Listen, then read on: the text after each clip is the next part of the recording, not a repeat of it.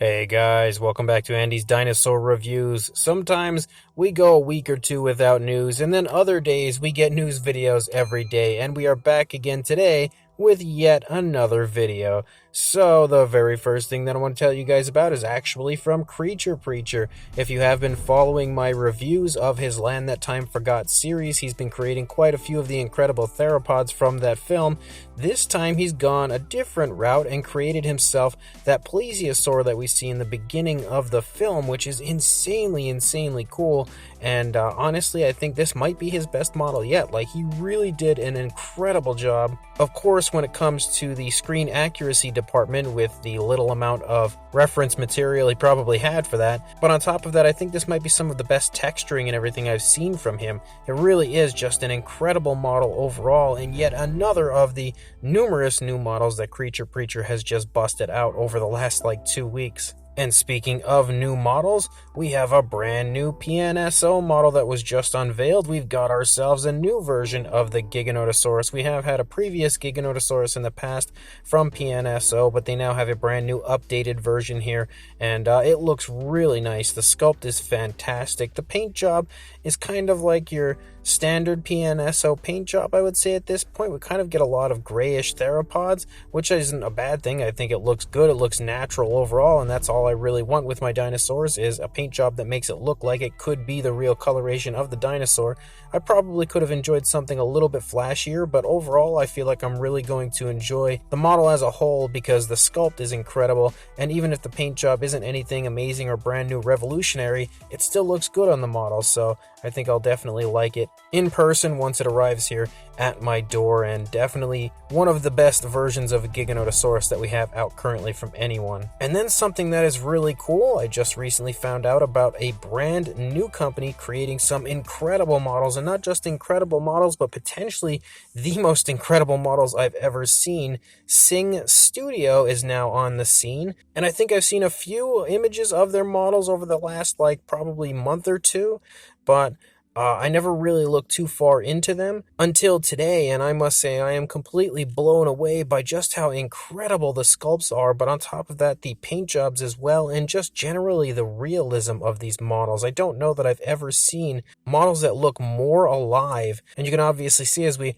run through some of these images here, we've got some beautiful Tyrannosaurs. We also have that incredible model of the T-Rex kind of taking on a Triceratops, which is like the most infamous battle when it comes to prehistoric times that has ever existed, is T-Rex versus Triceratops. But I think my favorite model, even though I really love that Rex versus Triceratops model, but I think my favorite model that I've seen so far is their incredibly beautiful Allosaurus. This is easily one of the most beautiful Allosaurus I've ever seen in my entire life, and honestly, it gets even better because there's this paint variant that I think is just crazy cool. Just one of the most striking and, again, most realistic models that I've ever seen. But we actually have a sneak peek at the next release from them, and honestly, it might be one of the most beautiful models yet that they have created. We've got ourselves a Giganotosaurus, and look at the detail on this. That feather detail is insane.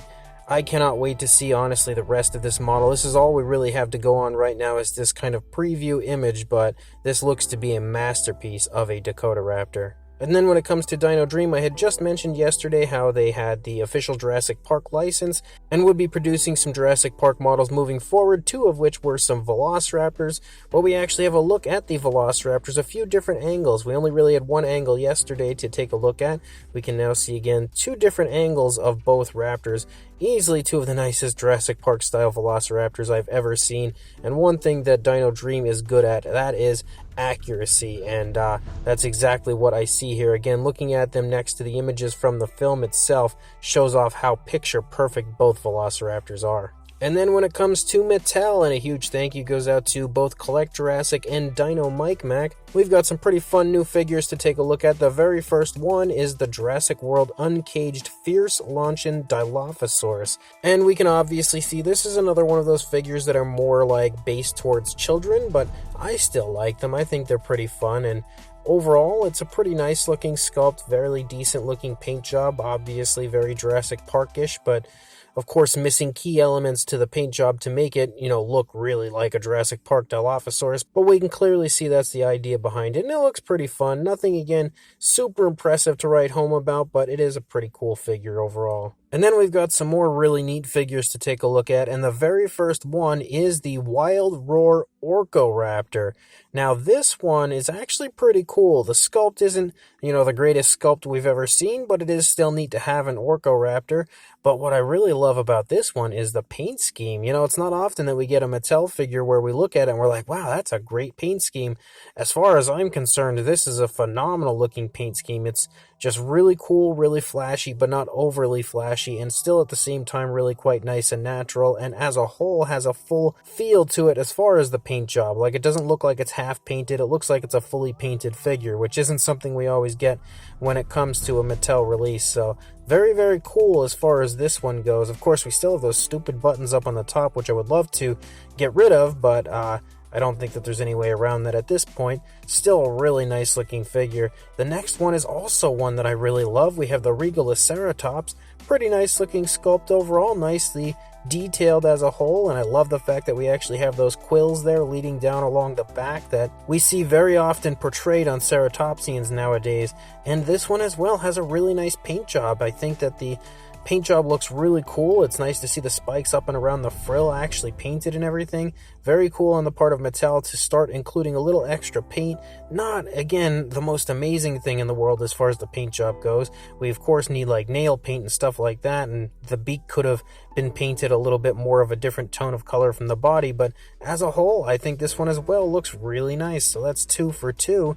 The next one is very interesting. We've got the Irritator, and obviously Mattel has gone ahead and created a brand new version of the Irritator compared to the older release that they had, a newly sculpted version, this time including a paddle-like tail, which is actually really cool. And yet again, I really like the paint job. They're definitely doing a good job as far as the paint apps on these newer figures, taking a break from giving us like half-painted figures. And again, honestly, I think the only thing I really could need on these would have been nail paint, maybe a little color on the underneath, but the nail paint is the one thing, especially on the fingers, that I feel like these figures could use a little more of, but still really cool looking, and definitely another nice figure from Mattel. And the final one here is the Bistahieversor, and I really don't know how to feel about this one, honestly. The sculpt looks pretty cool, I guess. I'm not sure how I feel about those large quills or whatever they are there running along the back of the dinosaur.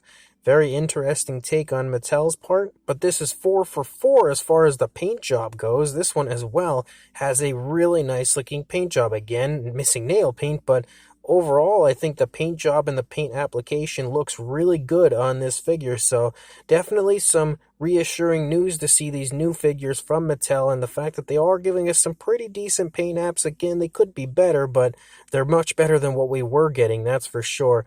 I'm not really too sure how much I like this Bistahieversor quite yet, because I'm not the biggest fan of the sculpt of it, but it is still a pretty cool round of figures here as far as these reveals go for today. So in the comments section, guys, let me know what you think of all these new figures, and make sure you also like and subscribe, and once we have more news, as always, I'll send it your way. But until then, make sure you check out the news video from yesterday, check out some of the reviews that I have posted, and I will see you in the next video. Thanks for watching.